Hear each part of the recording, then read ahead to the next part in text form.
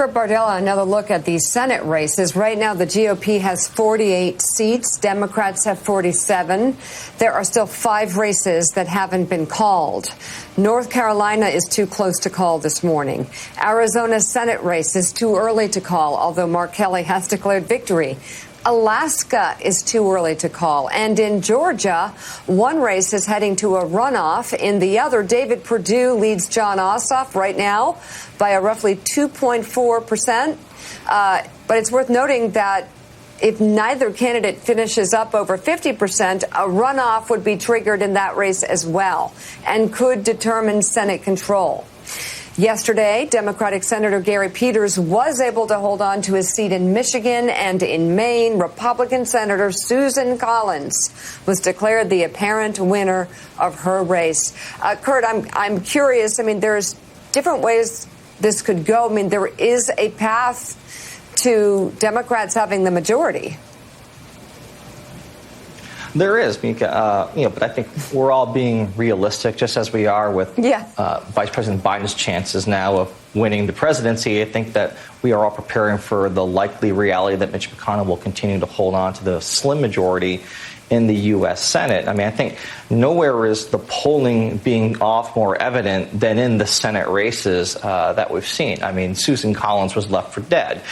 Jamie Harrison was supposed to be within, earshot here of competing with Lindsey Graham.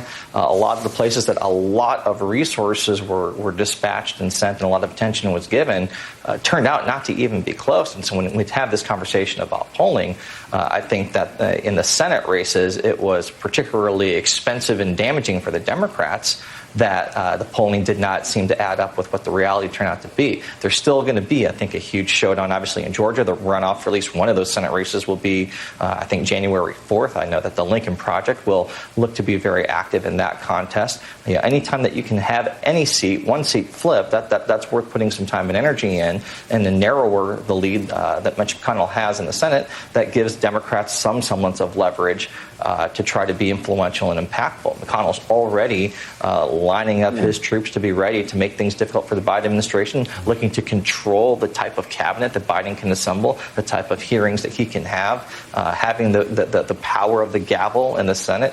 We have seen what kind of havoc and how tough Republicans can make it on Democrats and a Democrat administration with that type of power. So we are looking at what's going to be a very, very, I think, very tough 4 years ahead of us with a lot of gridlock and a lot of dissension. Well, you sort of led me to my question, Kurt. You've worked in the Congress. You know how the levers of power work there.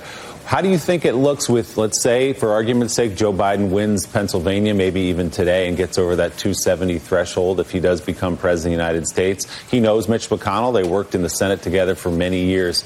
Does that give you any hope, or do you think that Mitch McConnell is the guy he is and he's going to sort of stand in the breach of anything that Joe Biden and Democrats want to get done?